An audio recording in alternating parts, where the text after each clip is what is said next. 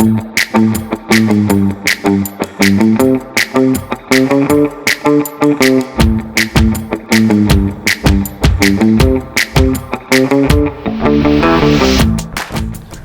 kalian pernah membayangkan setelah tamat sekolah ingin melakukan sesuatu untuk menambah penghasilan dan sambil melanjutkan pendidikan atau kuliah?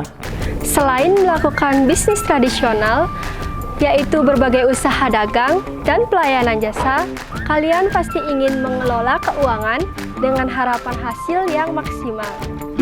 Tren berusaha saat ini adalah berinvestasi, di mana manfaat jangka panjang mampu memberikan peningkatan penghasilan dan pengelolaan keuangan yang baik. Apa sih pentingnya berinvestasi?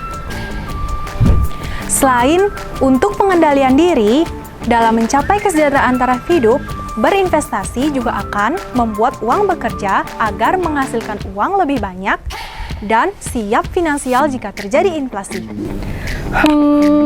Bagaimana sih cara mengelola uang?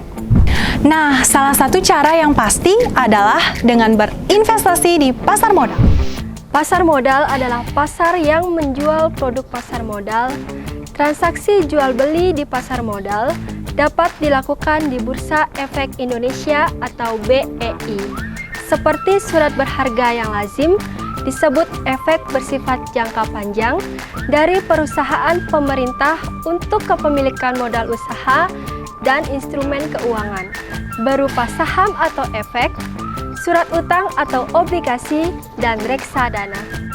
Jika transaksi tradisional adanya di pasar, maka jual beli efek difasilitasi oleh Bursa Efek Indonesia dengan broker sebagai perantara jual beli saham yang dilakukan secara elektronik atau trading, di mana sebagai suppliernya adalah emiten atau perusahaan yang sudah go public atau pemerintah. Kemudian transaksi di BEI dilanjutkan oleh KPEI atau Clearing Penjaminan Efek Indonesia yang menjamin penjual dan pembeli mendapatkan haknya, dan semua pembukuan serta penyimpanan saham di pasar modal dilakukan oleh KSEI atau Kustodian Sentral Efek Indonesia, di mana saham tersebut dapat diperjualbelikan kembali dan uang transaksi dikelola oleh bank yang bekerja sama dengan KSEI. Bursa Efek Indonesia atau BEI, Clearing Penjaminan Efek Indonesia atau KPEI,